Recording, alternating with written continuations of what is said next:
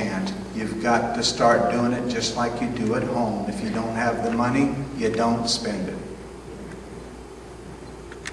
Well, I attribute it to democratic, unsound economic policy.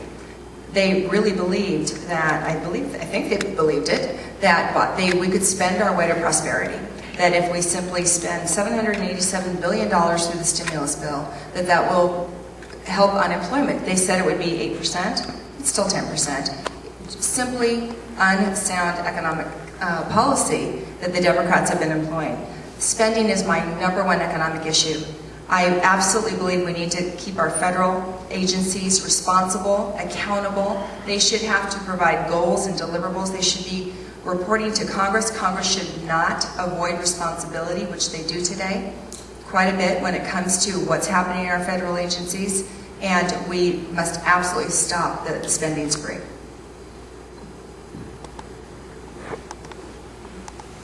I attribute the current spending spree, well, I question that it's current. It's been out of control for several administrations and for a long time. But it's a lack of responsibility, it's a lack of accountability. You know, I'll tell you a little story that happened to me just a year and a half ago. One morning I woke up and I walked out the door and I lost 80% of my crop due to a frost event.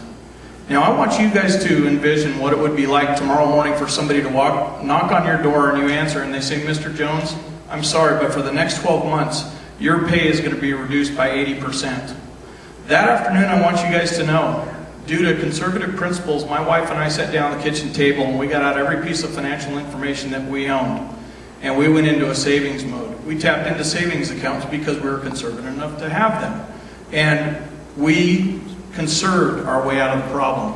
That's what you and I have to do, folks. That's what Washington needs to do. It's ludicrous that they have a second set of standards that they abide by, and we don't. We have a separate standard. We need to teach them to keep their spending in control.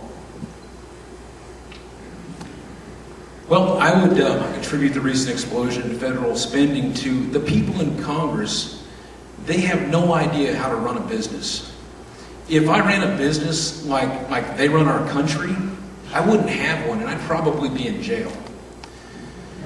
We need people that are business-minded, that understand how money actually works. You got to earn it. You got to make it. You can't just simply print it and expect somebody else to pick up the bill. I think that this, well, we've got two problems. One, we have an explosion in federal spending that goes all the way back to President Woodrow Wilson and before that, that we can trace all the way through. That's a major problem. Then we heap on top of that what this question refers to, the recent explosion in federal spending. Whether that's these bailouts that the Bush administration put into place, the trillion-dollar wars that we've been fighting, some necessary, some maybe not quite so much, and the entitlement programs that both sides try to vote into effect to mollify the lobbyists that come into their office. I think that it's basically a complete detachment from the reality of who they're representing that's to blame for this recent explosion in federal spending.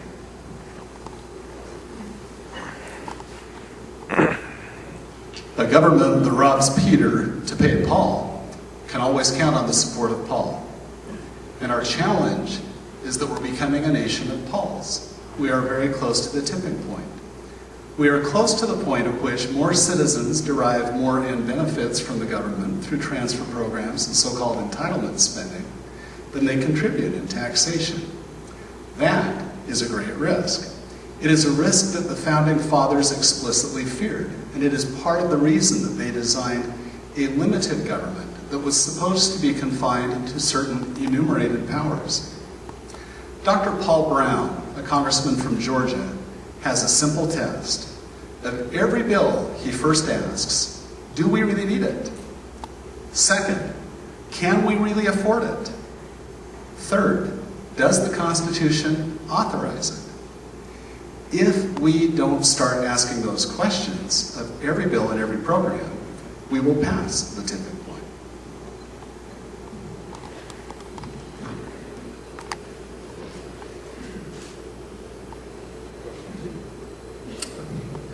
My mistake. Okay, we're on Tony. Okay. Tony's question, and this will start out with Elizabeth Imkin. Tony's question is, what do you think about the President's plan to send 30,000 troops to Afghanistan? And please explain why. Well, it's just about the only thing he's done that I do support. I'm so grateful that those troops are on their way. However, I'm disturbed that he would right away include a timeline for withdrawal. Who runs any sort of engagement that way? I'm very committed to the concept that we must fight the war against terror on their soil, not on ours. I still remember very vividly what it was like when my then 5-year-old daughter, twin classmates lost their dad, Tom Burnett, in a Pennsylvania field at 9/11. It's so difficult for me to understand how quickly people could forget. This is an active war that I want fought over there, not here in our backyard.